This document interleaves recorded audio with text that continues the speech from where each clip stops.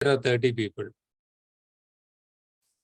If there are 30 participants here, at least 10 would have had the experience of someone going through a prolonged illness and dying within the extended family. Maybe a grandparent, a parent, a cousin, an uncle, an aunt, somebody.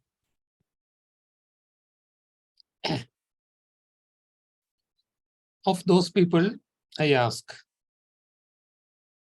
do you think during that journey, which must have been painful if it was a loved one, do you think the medical system concentrated only on the disease? Or do you think his suffering, his or her suffering, and your suffering as a family member were addressed? Would you like to reply in the chat box?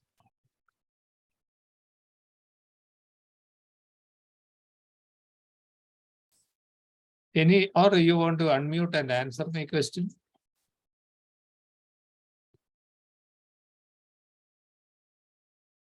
If it's a very painful personal experience, fairly recent, etc., then you don't have to.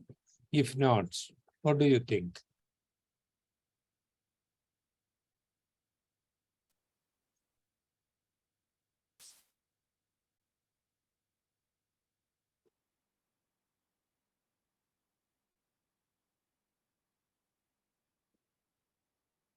I'm sure at least 5 people must be thinking, should I tell this story? Should I really be the first? Dr. Goldie, your face tells me that you have a story to tell.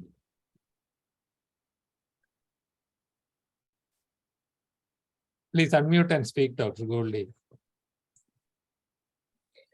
Yeah, I have been recently through 2 experiences. One was with my mother when she was suffering from cancer a few years ago. And yeah, it was very painful, and disease is targeted, but the caregivers or the people around, or even the person who's undergoing, their emotional needs are not met. And that was with cancer, I felt. So since then, I have always been interested in this palliative care. And recently, I lost my husband to a prolonged heart illness, which was for 35 years almost. And he had many bypasses and things. But the first time we had taken him to America for his treatment, and that time there was a lot of palliative care for him and for me when we went. I was only 29 years old that time.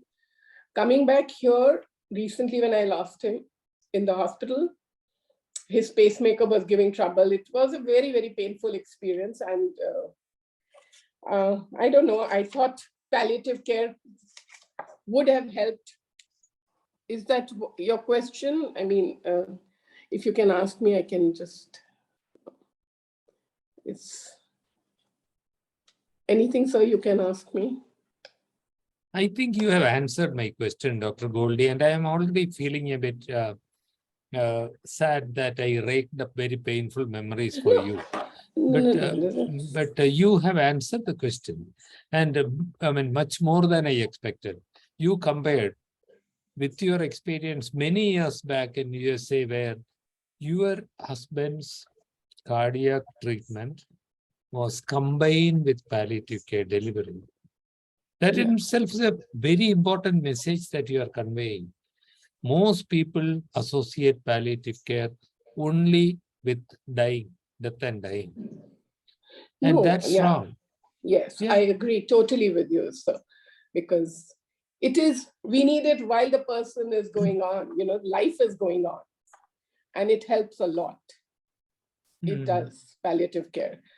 Just a nice word spoken, even a cup of, I remember nurses taking me out for a coffee or sitting me down, or going to my husband and telling them, getting patients who've been through it and saying, okay, this was done, and here we are down the road. And the same. And he lived 35 years after all this and a very good life. So I do believe in palliative care a lot. And that's why my interest is there. And I wish I can also be part of helping out people. Friends, Dr. Goldie, thank you once again. Friends, there is another aspect of the answer that I must point out. Very often, when we talk about diseases or illness, we think of patients as them and us.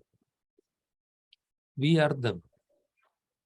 Whatever Dr. Goldie said and whatever I am going to say are things that in some way or other affect every single life that is there on the screen. Yeah. It may be our own personal experience someday, and most of you are young. Okay, let us hope it is some faraway thing that you don't want to think about, but it's also about our loved ones. Hence, it's very important, Dr. Mubashir. I'm so grateful to you that you have got this started so fast and that you have given me this opportunity. Something that I never thought about till I was about 50 years of age. That means, oh my God, more than quarter of a century of my healthcare practice. And I never thought about a question that suddenly I was confronted with. What's your duty of care as a doctor? Well, you know, duty of, see, I was forgetting. I couldn't find a sentence or a group of sentences to give a precise answer. Maybe it's important to think about it. What is our duty? Is it our duty only to look at the heart, put in that pacemaker, and once the pacemaker is functioning well, congratulate yourself and walk away? Or is it also important to look at the person and the suffering? In some countries, the duty of care of the healthcare provider is defined by law, not in our country. But we have something that is next best. That is the definition given by a statutory body of the government of India. There is Indian Council of Medical Research. The bioethics unit of ICMR gives this definition. In many of the slides, you will find a reference. Raju will happily send you all the whole slide deck if you like. Okay, Raju, thank you. And this is how they define it. So look at the first line. The first line. The duty of the healthcare provider, the doctor, the nurse, the pharmacist, the medical social worker, the physiotherapist, the volunteer, the family caregiver, everybody is a healthcare provider, and your duty is to mitigate suffering. It is to cure sometimes, to relieve often, and to comfort always. That's a 14th century aphorism. But look at the last lines also. There exists no exception to this rule. Friends, there exists no exception to the rule that your duty is to mitigate suffering. It is cure sometimes, whenever possible, no doubt. But what I, and then a generation later, Dr. Goldie, and maybe a generation later, the youngest doctors here, what we all have been taught is to diagnose and to cure. All your basic sciences are to permit this, to look at organs, to look at microorganisms, to look at tumors, not at the person. Once we accept this as duty, then it's easy. This is not rocket science. But once you accept it, friends, you are accepting a duty that you have a responsibility sometimes to wipe a tear, to hold a hand, and sometimes to be silent.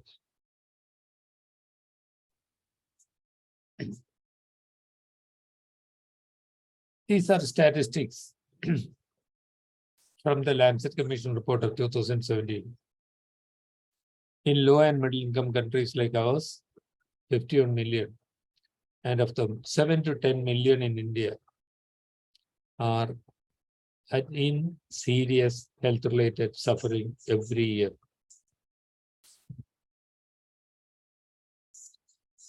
The man is obviously a poor man. That the bed that he is lying in, just a grass woven thing, and the dark wall, it all shows poverty. But is it only a problem in the poor? Dr. Goldie was telling us that it is not.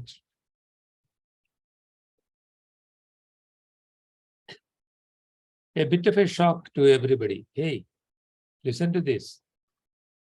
We often say we have a noble profession. Dr. Franz, Namrata, Mami, Suman, please note this. Are we not destroying the health of 55 million people? What is health? Health is physical, social, and mental well-being, right? Not only absence of disease or infirmity. That's what you were taught in your preventive medicine classes. WHO definition that is still valid. Health is physical, social, and mental well-being. And in India, our healthcare system not only does not relieve suffering of the person with the illness, but actually destroy the health of more than 4% population in a year. Of the 55 million, 38 million are pushed below poverty line. More than 2.5% of our population pushed below poverty line in 1 year. And look at the numbers. More than 29,000 people in India for health-related reasons kill themselves. That's about 1/5 of all suicides in the country.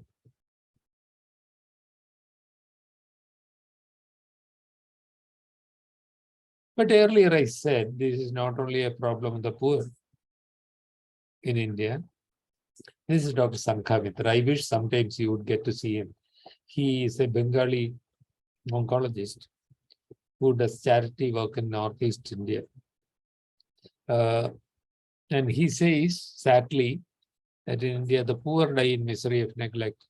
The middle class die in misery of ignorance. The rich die in misery on ventilators. No one gets a pain-free and dignified death.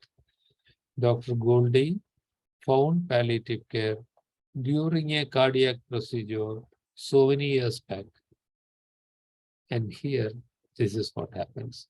But particularly looks at the third paragraph. The rich die in misery on ventilators. Again, I'm taking a guess. Of the 30 of you, at least 4 or 5 of you must have had this experience of a loved one going through a serious illness and dying in an intensive care unit. Does anybody want to say anything?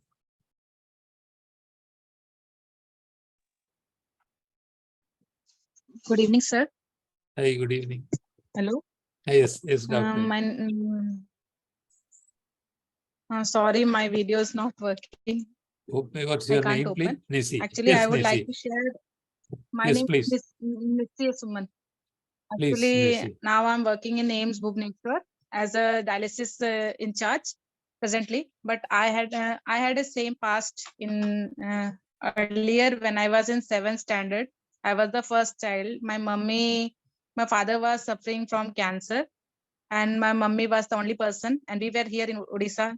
My father was working, and mummy also was working here only. So that time we are 4 children.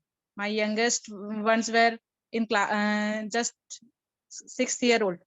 So we have when my papa was suffering from lot of pain and agony, nobody was there as such. We can say our own relatives, we could not have that much reach that they will come and help and out. But other people who were surrounding us, they were helping us. But the thing, whatever suffering my mother has to go through, because we were going to school, normally we were following all the things, whatever we, as a school children, we were doing our work. but mummy has to face everything altogether, and she has to be mentally strong. So that thing only, when I think of that situation, it's very difficult for my mother, being a caretaker, to take care of my father who is suffering from cancer, who is terminally ill. He can die at any moment of time, and then taking care of us without showing us that she is going through such a problem. So that was the thing which I felt and understood. And one thing I understood after that situation in my life, that whatever happens, if we have 5 fingers in our hand, one finger is lost, that one finger cannot be replaced by other 4 fingers.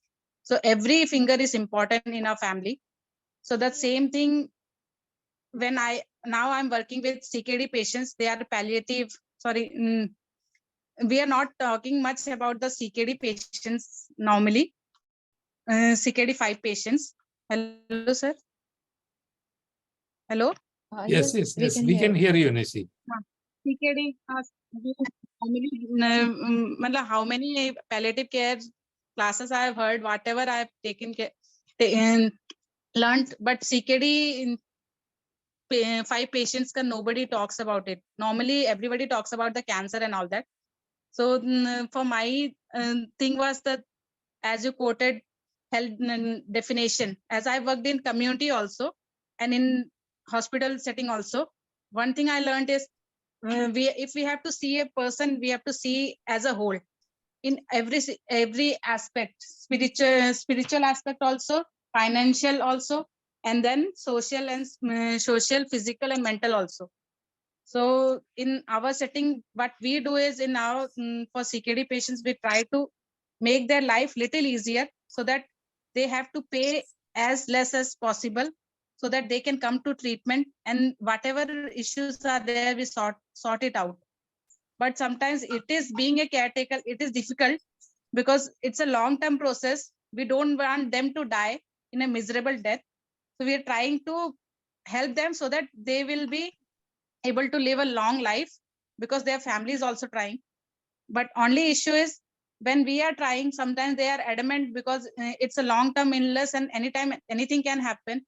They sometimes don't comply with the things, and it is, being a caretaker, that part is very difficult to what to say, mentally, for us, how to take care of ourselves when we are taking care of them. Nisi, Okay, sir. like Dr. Goldie, your words also came from the heart. I am speaking theory, I am showing the images, but you are sharing your life. To both of you, I am very grateful. You're also sharing painful things. Dr. Nisi. Sir, I'm nursing. I'm okay. Sorry. Nisi, yes, sir. why did I assume that it's all doctors? Okay, like Dr. Mubashir, what's the profile? How many women, apart from doctors, some nurses, then who else? It's okay, we can talk about it later. Nisi, thank you for sharing that. And out of your pain, you are making some good to come out of it. If you are helping some people with serious health-related suffering, living with renal disorders, as you very correctly said, when somebody speaks of palliative care, the general feeling is it's all about end of life and it's also about cancer. That's historical. Dame Cicely Saunders in the 1960s, more than 65 years back, when she started palliative care, it was all for people dying with cancer. But we have evolved. Now, Nisi has an important lesson to teach us. Nisi is our guru today. What's the lesson? We shouldn't be bound down by history. If there is suffering, that needs to be addressed. I just put on that slide just now, Nisi, because of what you said. If this is from the recent Worldwide Hospice and Palliative Care Atlas, where WHPCA is Worldwide Hospice and Palliative Care. This is association, and this is a global atlas. See the breakup. Only about less than 30%, 28.2% plus 0.5% of leukemias. Only less than 29% of all serious health-related suffering is caused by cancer. It is unfair to human beings to limit palliative care to cancer. See, these are all realities, the HIV, the dementia. And you see, the renal failure is not insignificant. It accounts for 1% of all serious health-related suffering. So, thank you for that valuable lesson. I greatly appreciate that, Nisi. This is one point that needed to be brought out. Thanks. So I have one question that is still hanging in the air. That was about people with experience of a loved one dying in intensive care unit. That's okay, that question. I mean, like, we also have a limitation of time, I suppose. We have only roughly half an hour more. So let me move on. What I mentioned was about dying in ventilators, in intensive care units. I don't want to ask you, you're all young people mostly, but I'll tell you what I want. I am an anesthetist by training. I have been an intensivist. I know that intensive care can save lives when salvageable. I also know that it is the most horrendous, unfair, unethical infliction of suffering on dying people when you know treatment is futile. It's not fun to be there in that bed, friends. Every moment is a million years of suffering. Every time the suction catheter goes in, it's agony into your endotracheal tube. And if you're dying anyway, and then people make excuses like it's the law. There is no such thing. There is no law which says that everybody has to be hooked onto a ventilator if they have money. This is inhuman. Dr. Mubash is an oncologist. I am sure, I am almost sure that Jawaharlal Nehru Institute is also, the medical college is also a member of National Cancer Grid, which is a conglomerate of all cancer treating institutions in the country. They have come across this document. I would like everybody to look at it. The paper published by Dr. Pramesh and team in the Lancet.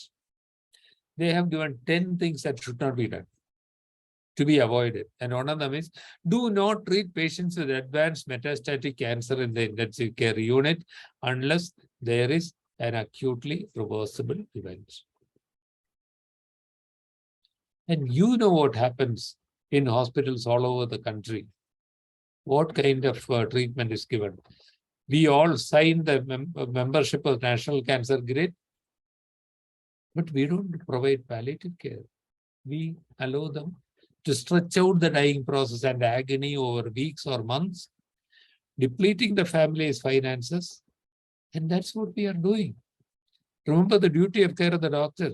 Every bit of it is violated. If somebody asks you what is palliative care, in no uncertain terms, the WHO definition is too long. Say this: mitigation of serious health-related suffering at any stage of the illness. Mitigation, that is prevention and treatment of serious health-related suffering at any stage of the illness. Not only for the dying person, not only for cancer. And as the WHO also has said, it has to go hand in hand with disease-specific treatment. As Dr. Goldie's husband was going through the treatment, she got palliative care along with that. That's the way it should be. This is the WHO definition. I'll show it anyway, because it is about a kilometer long. I have highlighted some words. It's about quality of life. In any life-threatening illness, and when you define life-threatening, please don't define life only by its duration. If somebody's life is confined within 4 walls, disease patients may be getting out of the home only for the dialysis and nothing else. They are imprisoned in their bedroom. And that's a life-threatening illness. And remember this, prevention and relief of suffering. That's the key. Prevent and relieve suffering and improve the quality of life. Of course, that involves pain and other physical symptoms, vomiting, constipation, nausea, fungating wounds, whatever, any symptom. And physical, not only physical, but psychological, social, and spiritual management. All that's palliative care. And if you, I'm not going to the details, but if you think spiritual support is only about praying and lighting candles and chants, no, it's about meaning of life, giving them love.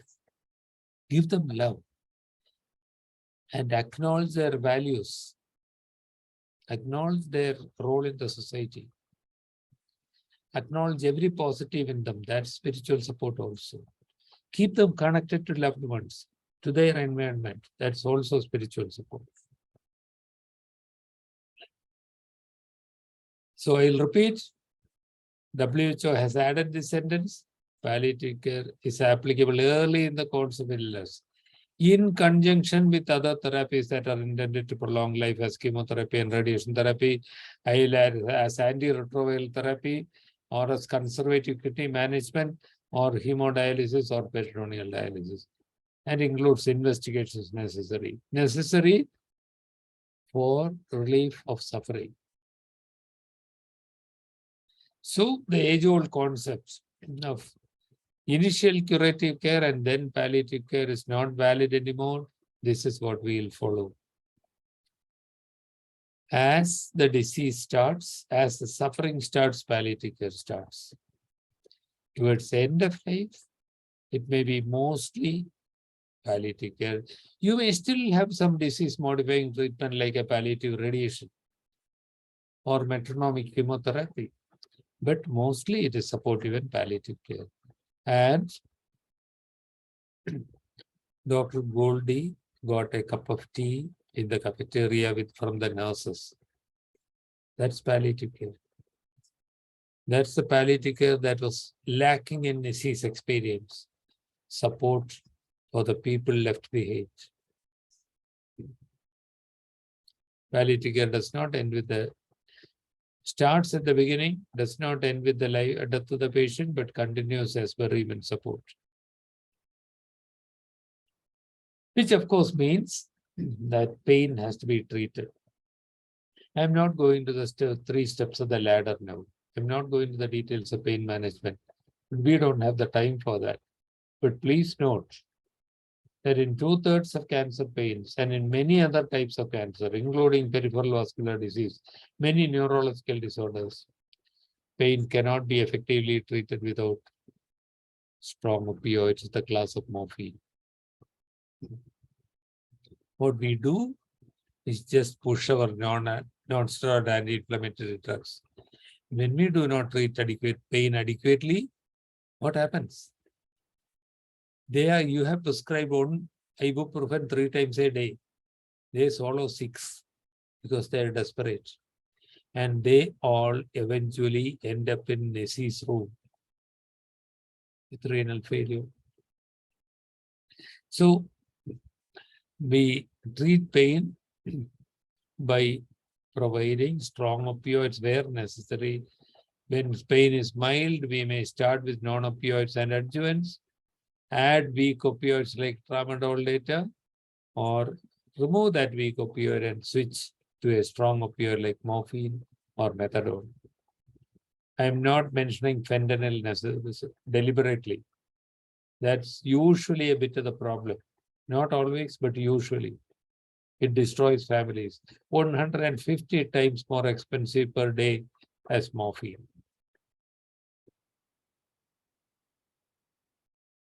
I mentioned pain, but just to emphasize what kind of management you do in palliative care for another symptom. Similarly, there'll be difference in intestinal obstruction or vomiting. But I'm just bringing an example of breathlessness. Suppose a person with advanced metastatic cancer or lung full of mets is breathless. All definitive treatment exhausted. Dr. Mubashir has already given the radiation. The patient was okay for some time. Just come back. Whatever else treatment was possible has been done. And at some point, you realize that further chemotherapy will only worsen the matter. You have done the investigations. Maybe this person is not suitable for immunotherapy. Then what do? Patient is severely breathless. I know what happens. Before the patient or family realize what's happening, the person is on a trolley, straight to the intensive care unit. Monitors. All family out. I'll tell you what I actually do. I hope Dr. Mubashir will certify that he has actually seen this being practiced. What we do is, in that situation, to avoid ICU, ventilator doesn't help. If I am in that position, friends, I want my family by me. I want my friends with me if possible, at least for some time. I want a hand to hold when I'm scared. I want to be able to say a final word of goodbye to my wife. I want to see my children, grandchildren on smoke. Tell me which intensive care unit will permit that? Permit a grandchild to come in and give a kiss on the cheek? I won't do that. I won't say give false reassurances. I won't say everything is going to be all right. Don't worry. Who has stopped worrying because somebody told you not to worry? Meaningless words. Instead, I will say, whenever possible, I see you are breathless. One of us will stay here and look after you. Till you feel better, one of us will be here. If that can be promised. I'm not saying that I'll stay all the time. I'll give oxygen. Before giving oxygen, I'll say, listen, I'm going to try oxygen. If it makes you feel better, we will know in 10 minutes. If it does not make you feel better, we'll take it away because then it will be a nuisance. Once you give that explanation, people accept it, unless there is a doctor or nurse in the family. What will actually help the person at that time may be corticosteroids to reduce the peri-tumor edema. And morphine. Morphine, friends. When half a century back I attended my MD examination, I was asked, tell me one contraindication for morphine. And I said, dyspnea. And that was correct at that time. Today, right the opposite. It has become the drug of choice. For terminal breathlessness, you use low-dose morphine. And before you ask the question, let me answer you, no. At the dose I am giving, it will not cause respiratory depression. But the same effect in that dose on the breathing center will reduce the sensation of breathlessness. My own classmate, a surgeon, is having terminal breathlessness now. He is being given 2.5 milligrams of morphine 4 hourly, with which he is unable to sit up. He is still in bed. He is functional. He is eating a meal. He is conversing.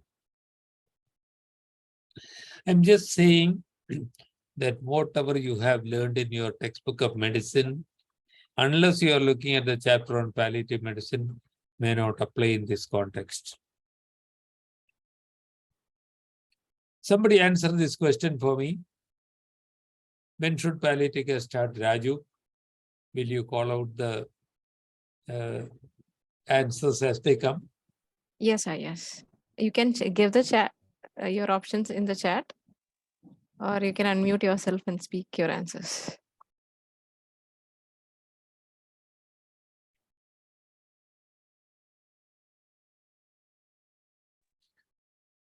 The We got option A at the option A at the time of diagnosis is the correct answer. Thank you. Sir, we have number of options coming like at the time of diagnosis, and we have a one answer, the second one, B. I am happy to go with 1 and 2, A and B. Certainly not C and certainly not D.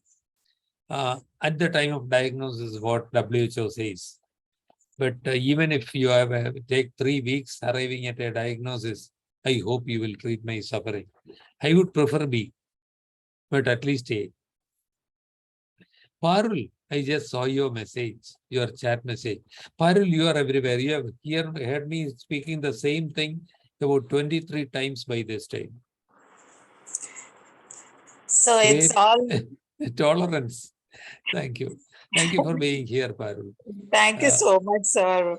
Always there to listen to you and learn more from you. Uh, Lily madam had just messaged me about this evening's session. So I was okay. lucky enough to. Okay, thank you, Parul, for being here. Yeah. So, we are not going into all the symptoms I said, but just want to say that the problems apart from symptoms would be social, like relationship issues. Some of the problems that Nisi described, like nobody to help. That's a modern nuclear family disease. It's also emotional. The depression, the anxiety, the guilt. In spite of all that Nisi's mother went through, she would also have been feeling guilty about 100 things. Oh, I wish I had done that. I wish, oh, I am so sorry that I slept off. And spiritual, as I said, the loss of connections, the loss of meaning of life. All these are problems. And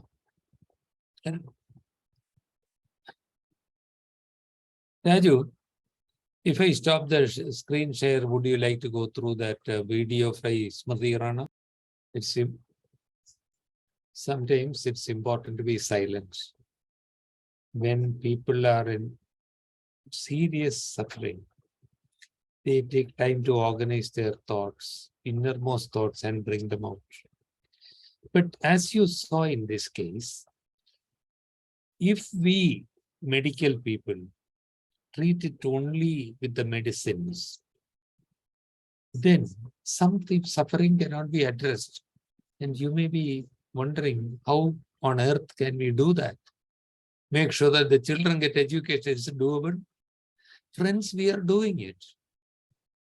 In our institution, more than 300 children are getting educated. And once their support starts, it is continued till their education is completed. Because we know that in so many families, children will drop out of school if we do not support them. But how can we? Where will the money come from? You don't have to worry. There are people to do it. You only have to open the door. You open the door to the community to come in. And in this image, what I show is the palliative care unit that Dr. Mubashir is started. But the bulk of the palliative care is delivered during the course of his chemotherapy and radiation by him and his team. It's done together. But to do things like that, what Smriti described, you need the community to be involved. those who have visited us here know that we engage with volunteers in the community. They are partners in care. This morning, one of our patients, a woman who is unable even to walk, got up to find that her husband was unconscious with blood on his mouth. She called me and called a couple of our team members in absolute panic. But in about 5 minutes, what I found, the next news that I got from our social worker was that yes, we heard Dilip and Bhaiya and somebody else, 2 volunteers are already there, helping out with the family. Engage with community. There are good people anywhere in the world. Please don't tell me that it is possible only in Kerala. I have seen it happening in many places. Allow them to come in, open the healthcare doors, and they will solve many of the problems. This is a big paradigm shift. If Dr. Mubashir goes to the management saying, we want NGO activity within the hospital, he may not immediately get an okay. It will take some struggle, take time. But eventually, what we want is palliative care integrated into healthcare like this. Every treatment, just as Dr. Goldie got in when she was 29 in the USA, that support happens. It's already happening to some extent at the national level. The new National Health Policy of 2017 includes palliative care. It's already being rolled out. And if you do it in one hospital level, you call it a meso level, or if Dr. Mubashir makes sure that all his palliative care practice in his oncology unit includes palliative care.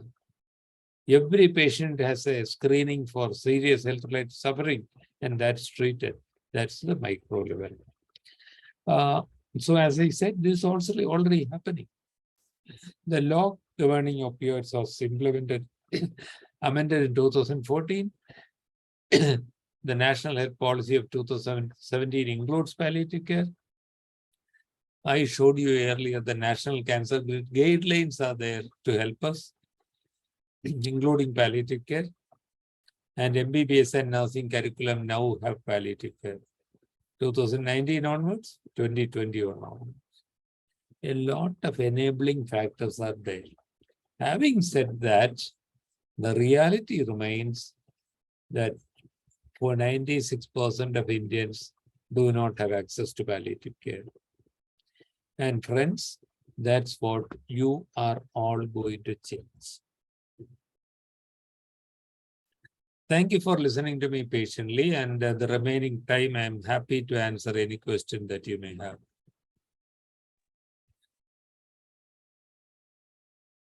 Thank you, sir, for that splendid session. So now I guess all knows about the need of palliative care. So there isn't any chat unanswered, sir. So we have got 10 minutes now. We can take 10 minutes. Any questions to sir? Raju, not a question, but Samina Salim has given a comment to Nisi. And I showed the definition of WHO. There I failed to highlight the fact that palliative is not only for the family, but also for the caregiver. Nisi deserved palliative care. Her mother deserved palliative care as part of the family. So thank you, Samina, for highlighting that point.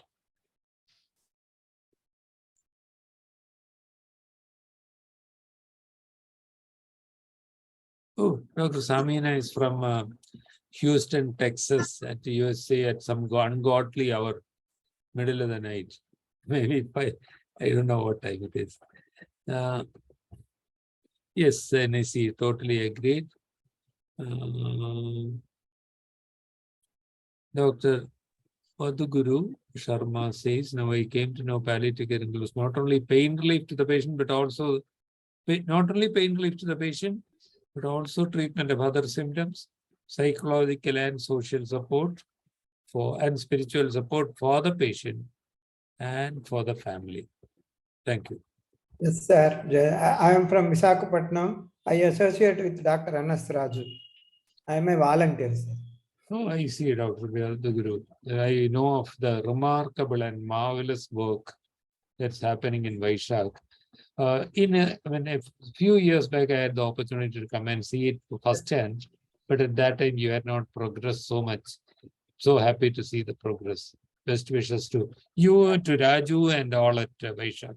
Right, sir. Thank you. Any question, friends, or comments?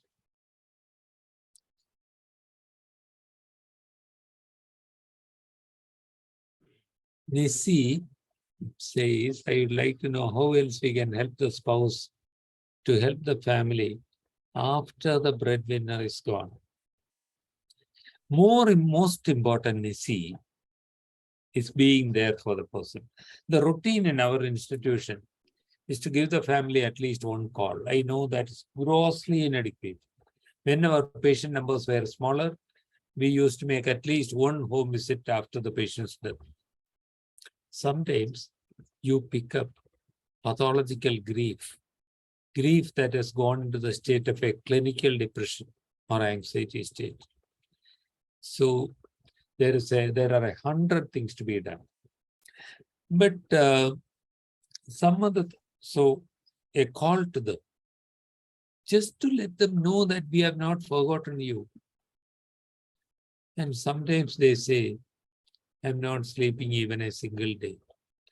And maybe if you have a medical social worker skilled in grief counseling, or a psychologist in the team accessible, maybe they will be able to help the person over a phone call, or maybe one of you will. Nisi, once you have gone through a preliminary course in palliative care, maybe you will be able to help such people with a call. But then, if there is some community activity, then a lot can be done. Again, we are not doing enough, Raju. Let us accept that we are not doing enough. But our volunteers set up a program. We call it Unar, Awakening. So once a month, people of bereaved families come together. Not everybody comes. The one in most serious grief will not come, I know. But a lot of people come together for companionship. When they talk to one another, they understand each other. They understand this other's suffering. So self-support groups for bereaved persons, Nisi, will be an important thing to do. Very easy to organize. But so long as they have the leisure to come and attend it. Also, Nisi, I told you about our educational support program. These are very superficial, small things. Not enough, but that is important. Small but important. As I said, we make sure that after the death of one father or mother, the children do not drop out of school, support their education. Nisi, where does that come from financially? From the community, Nisi. See, you alone cannot go and find the funding. What's the full form of team? Together, everyone achieves more. TEAM. We need to collaborate. Nisi, you may suspect that you all are all alone. How can we? Talk to friends. Get a few people together. And I'm sure a lot of people will come forward to help. And when you have a collective as a group, be accountable and people will donate. This is how we started. We started in one room, 10 by 8 feet room, with only a part-time doctor, me, many years back. And no nurses we could not afford a nurse at that time. Just two ordinary people with caregiving experience in their own families, volunteers. And that's how we started. But as we moved forward, people came forward to help. We have to do something and show something that we are doing it. Just saying we are want to do something, give us money, people will learn. Somehow you'll have to get something started.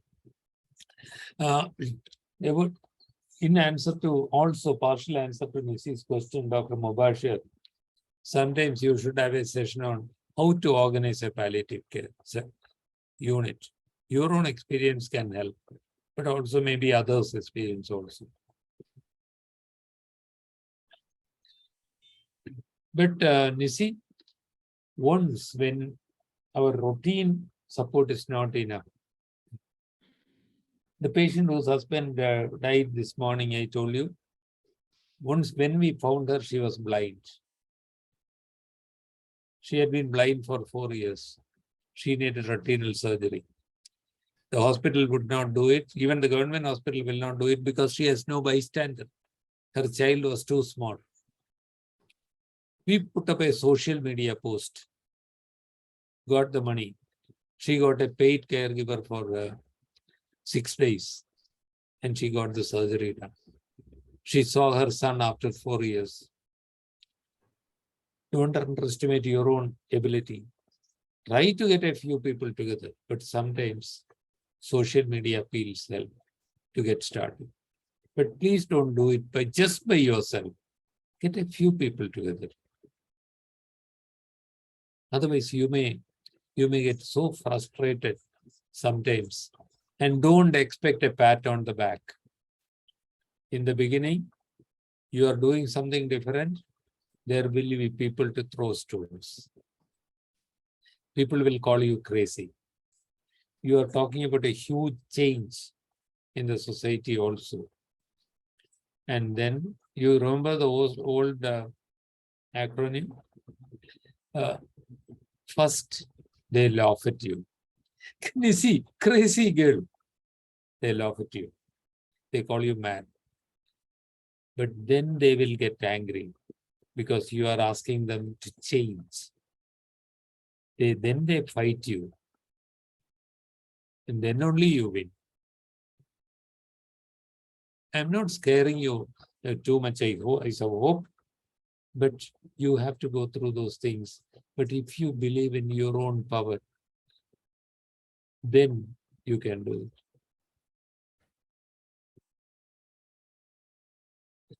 Dr. Vedu, sorry.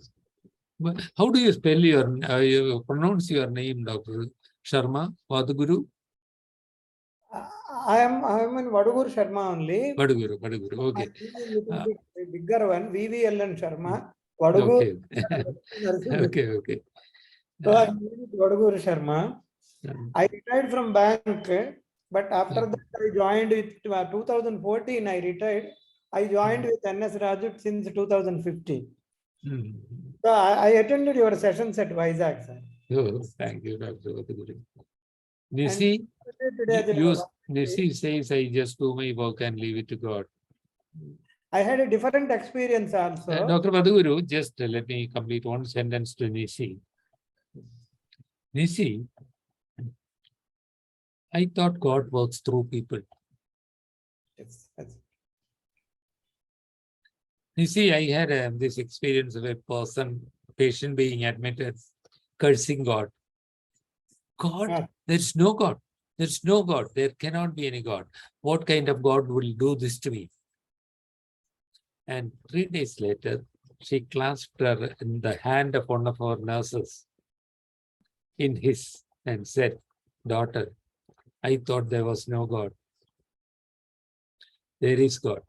He sent you as his angel to me. Yes. That nurse, I believe, made God manifest to that man. You see, each of us could be that angel, making God's work manifest. So, sorry, Dr. Vaduguru, you mentioned that you were about to say something else. Only I have a different experience. A little over 2-3 sentences I will make it out. One little girl of 15 years old, she was suffering from cancer. She joined in our hospice. She was with all tubes and all that. One afternoon, Dr. Raju called me and said, why don't you go and sing a song for her? I was just astonishing. When she was suffering, my doctor asked me to sing a song for her. What is this? But anyway, I obliged. I said, Dr. Raju should have some experience. So I went there. Actually, she was on bed, sir. I asked her which song you require. They said it is Rama. I sang a song on Rama. With one song completion, she could sit on the bed. It is really astonishing, surprising to me. And I thought maybe this is also one kind of treatment, I felt. It is certainly, Dr. Vaduguru. Hey, I wish Raju we had some more time so that we could ask Dr. Vaduguru to sing a song for us another time. But Dr. Vaduguru, it's partly the song, but you were also showing the person that you cared. A person was possibly feeling that nobody cares. This world is selfish. You went there and you showed that you cared. That's part of it, I suspect. Hey, Raju, I didn't notice the time. We have gone 5 minutes past the time. Dr. Mubashir will be very angry with us. Yes, sir. Yes, we have crossed the time. So just one more thing. So Okay, continue. It's a pleasure listening to everybody's experience. Thank you, doctor. Thank you. So like Palliative India runs many training programs. We do have different programs for doctors, nurses, social workers, psychologists, everyone. And also a unique program for oncologists and pulmonologists too. So if you wish to learn more, I've shared the link now. So you can register with us and learn more about palliative care. We totally appreciate your time in attending this 1 hour. And we hope that this was helpful for you. Like Dr. Rajagopal mentioned, I'll be sharing the recordings and the presentation to Dr. Mubashir for circulation. Thank you. Yes, sir. So I think with this note, since we have crossed 6 minutes, we can. Any other comments, sir? Dr. Mubashir, closing words from you. I am Dr. Mohammad Akram from Department of Physiotherapy, Jain Medical College. It is a matter of great honor for us to interact with you. I must say that you are the Mahatma of patient care in India. You redefine the care, you redefine the every aspect of patient care. So patient care is as complex thing as a human being itself, because the individuality of the patient and the socio-cultural context of the patient must be respected when we give care to the patient. This is my saying, and I am thankful to the Palliative India that on our request they organized this event. Wonderful experience, wonderful inspiration, and wonderful, great motivation for all of us. Thank you, sir. Good night, everybody. And good morning to those who joined from USA. Have a great day. Bye-bye. Thank you all. sir. Thank you you. all. Bye.